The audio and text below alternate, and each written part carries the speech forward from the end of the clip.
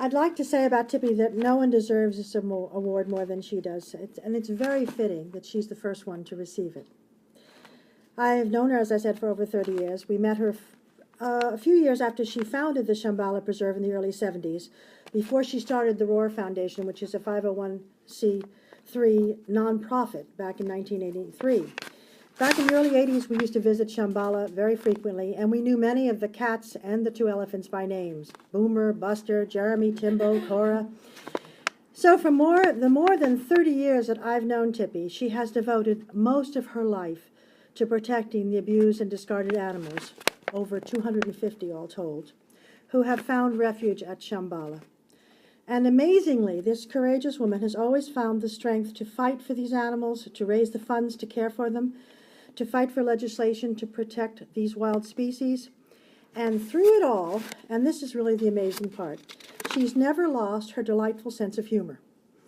It absolutely amazes me. She's just so much fun to be with. And the irony of using the birds to help the lions has not escaped her. She still signs her name, Tippi Hedren, with a little flock of birds after it. She asked me to make a couple of points. I'm sure you all know that many of the world's big cats and elephants are endangered, primarily due to loss of habitat, agricultural expansion, drought due to climate change, and the illegal wildlife trade. Estimates are that 96 elephants are killed every day in Africa. But for Tippi, preserving the world's big cats and elephants does not mean breeding them in captivity. It means saving them in their habitat. The last thing Tippi wants is for them to be saved to perform in circuses, where they are virtual prisoners, their pitiful lives filled with the most brutal training, tortured into submission with bullhooks or electric prods, beaten and starved. Tippi wants to see these great cats and elephants living their lives with dignity, as they would in nature. In the wild, an elephant walks up to 30 miles a day. At Ringling Brothers Barnum and Bailey Circus, when elephants aren't performing, they are shackled for 2 to 23 hours a day, chains on all their feet. So Tippi asked me to ask you if you would do something to help these poor suffering animals. Please, she says, please don't go to the circus. It's not really fun when you realize how these animals have suffered to entertain you. And when you're in Thailand, don't ride an elephant. That's one of the big things they advertise about going to Thailand, riding elephants. If a so-called elephant sanctuary in Thailand offers elephant rides, then that should be a red flag to you that it's not really a sanctuary.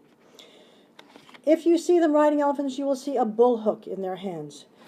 And a bull hook is a real red flag that they have been beaten and tortured into submission.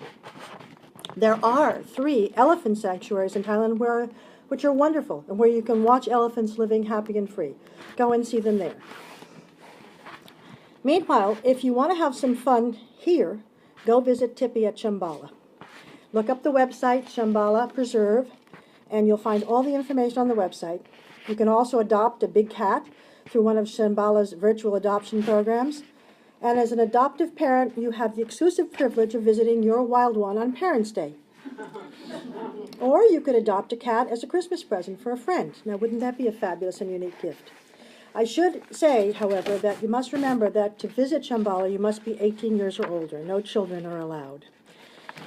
And then, Elspeth, I'd just like to thank you and the TheWIFTS Foundation for honoring my dear friend Tippi Hedren. She really deserves it. Thank you.